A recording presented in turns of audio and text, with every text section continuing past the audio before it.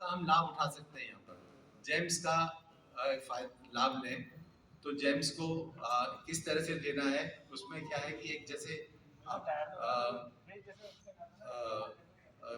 Pyramids आते हैं, pyramids के अंदर 9 पिरामिड आता है, 9 पिरामिड में अंदर 9 होल रहते हैं उसके अंदर, उसके अंदर आप जेम्स लगा सकते हैं और जेम्स लगाकर पिरामिड की भी शक्ति आ गई, जेम्स की भी शक्ति आ गई और उसको उस डायरेक्शन में लगा दिया जाए। अगर साउथ वेस्ट की डायरेक्शन में मान लीजिए प्रॉब्लम है, तो वहाँ पर आप गोमेद उसमें जेम उसमें लगाकर पिरामिड के अंदर और वहाँ पर वो टांग दीजिए, लगा दीजिए, तो आपको इससे साउथ वेस्ट डायरेक्शन में बड़ी सफलता मिलती है। काफ़ी एनर्जी में जो लॉस है वो कवर अप हो जाता है। इसी प्रकार से आप हर डायरेक्शन का लगा सकते हैं। मान लीजिए अब नॉर्थ ईस्ट में प्रॉब्लम है, तो आप पुखराज लगा लीजिए, सुनेला लगा लीजिए, पुखराज तो महंगा होगा तो सुनेला लगा लीजिए।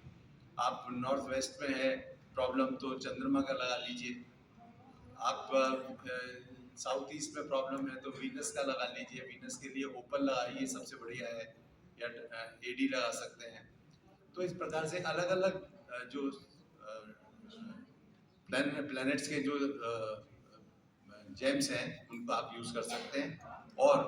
अगर कई बार होता है कि आपको ग्रह की प्रवेश में ही प्रॉब्लम है, ग्रह प्रवेश जो एंट्री पॉइंट है वही प्रॉब्लम है, तो उसमें वहां पर आप नवग्रह के लगा लीजिए, 9 ग्रहों के पूरे 9 की 9 रत्न उसमें लगाइए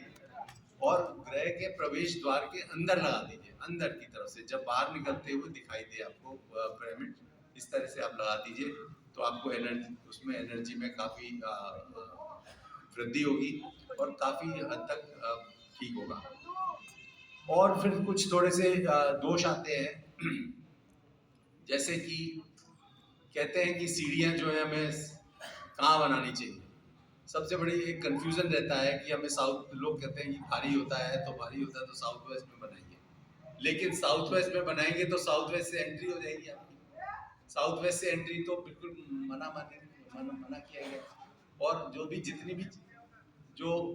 स्थिरता वाली चीजें हैं वो साउथ वेस्ट में होनी चाहिए, जो स्टेशनरी चीजें हैं,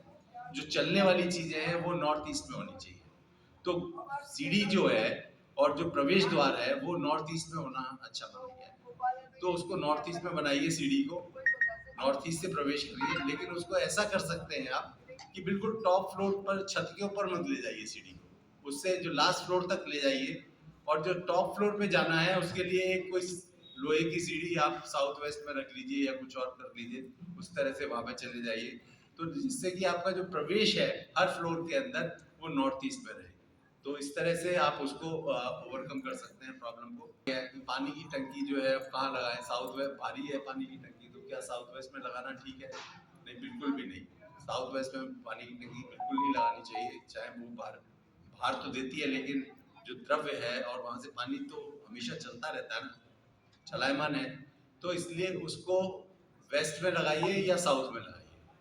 साउथ वेस्ट से हटा के वेस्ट में या साउथ में लगाकर इस प्रॉब्लम को अभी समाधान किया जा सकता है। कि नॉर्थ ईस्ट में हम अगर मान लीजिए हमें खुलापन भी चाहिए, और वहां पे अगर हम बिल्डिंग बनाते हैं वहां पे बिल्डिंग ना बनाए खुलेपन की वजह से, तो समस्या है कि अगर वो कट गया, एक तरह से कटा हुआ कोना भी नहीं होना चाहिए, कटा हुआ कोना भी नहीं होना चाहिए और खुला भी होना चाहिए, दोनों बातें कैसे हों? तो उसके लिए ये है कि आप उधर वहां पर